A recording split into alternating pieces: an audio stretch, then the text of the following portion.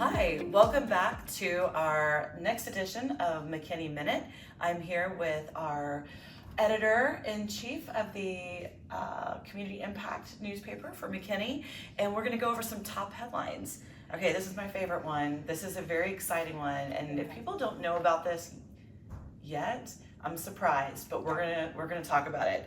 So Avelo Airlines announced their top 5 destinations that they're going to start in November. So tell us more about that story. Yes, so announced in late June, this is where the first flights out of McKinney National Airport are going to go as far as commercial passenger service. So we already knew Avelo had committed months ago.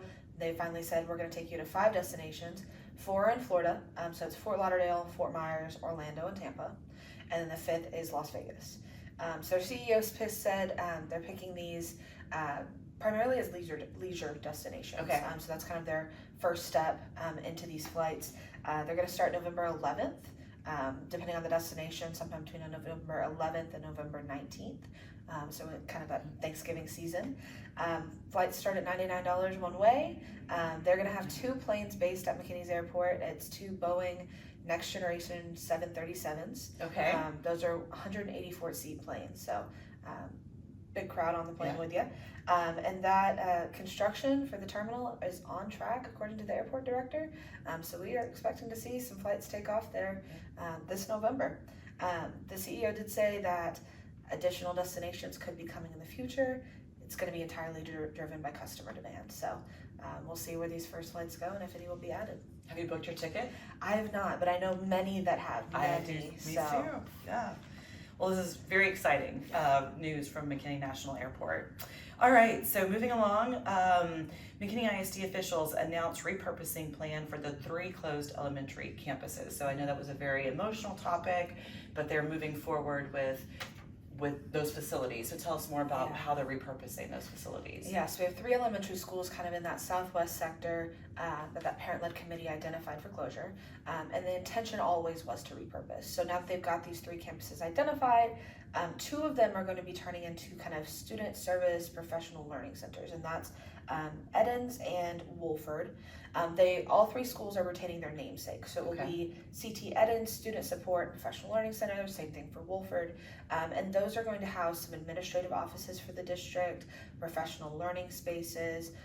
One of them will still have some daycare sections. So kind of a multi-use facility. And then McNeil will still retain that name as well, but it's going to be McNeil Learning Academy. So that one is going to have the district's alternative educational placement program move to that campus. It will also house the district safety and security office, as well as some other kind of departmental offices. So again, the intentional savings there was about $3 million, and that's directly tied to staffing. So by reducing the number of teachers across the district, but specifically from these campuses, that's where the most savings are coming from. And that's why we're seeing existing kind of departments move into these campuses. Yeah. All right. Well, progress being made on that front. Speaking of progress, downtown has been going through all kinds of changes, obviously, with not only with our city hall being moved and repurposing some of those city facilities that were downtown before, but also McKinney Performing Arts Center renovation. So tell us about where we are with that. Yeah, so this project is $10 million kind of refresh. It's their first large refresh since the early 2000s. So this is kind of their first pass at they're putting some elements of the history back in, but they're upgrading some of those kind of public facing areas, the public restrooms, just refreshing and restoring this historic building. So their project is underway. It's been underway for a number of months. We got an update in mid-July from Cultural District Director Andrew Jones, and he said that the demolition work is almost entirely done. They're working on roofing, they're working on plaster, they're working on electrical. We can expect to see some flooring and window work next. If you go by now, you can kind of see some of that demolition work, see into the building. So the biggest project, or part of the biggest project they're working on, is they are reinforcing the back of the theater. If you've ever been in there, you may have noticed the floor was kind of sloped all the way to the back. So they are putting in some support beams to help level out that floor. And what Andrew Jones said was going to be kind of an accessibility upgrade. Awesome. So just an update on that project. They're still aiming for a fall reopening. We don't have a specific date set, but that construction is moving. Yeah, it's in the heart of our downtown, so excited to see a little bit of a refresh. Okay, so we have some exciting business updates. Tell us about some of the companies who are opening and who are slated to open. Yes, we have some interesting now opens. So Southern Steer Butcher, kind of on the west side of the city, opened in late June. Butcher shop. Cafe Brazil over on the east side, east of 75. If you're looking for a 24-hour eatery, coffee house, they are now open. That's one of some of our staff's favorite, so I just have to interject that. Absolutely fair. As a journalist, I love a good cup of coffee at any hour, so I respect it. Two Les Jours is now open, pastry shop, coffee shop as well. And then Hugs Cafe has relocated, has debuted right there behind Tups. Much bigger building, beautiful new cafe, go check it out. Dave & Buster's is now open. That's an exciting one. Was at that grand opening a couple days ago. And then Crunch Fitness just opened, I think, a couple days ago. So big new gym on the west side.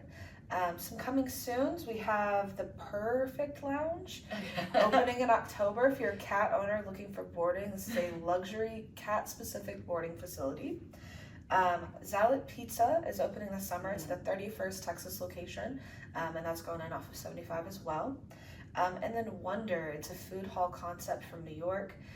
They have kind of a app-based system, and they make food from over 20 different restaurants in-house for dine-in or delivery. So that's going in over in West Grove. Awesome.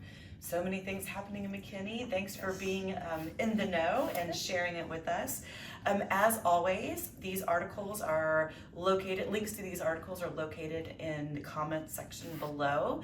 So go find out more information, and thank you again, and we'll see you next time.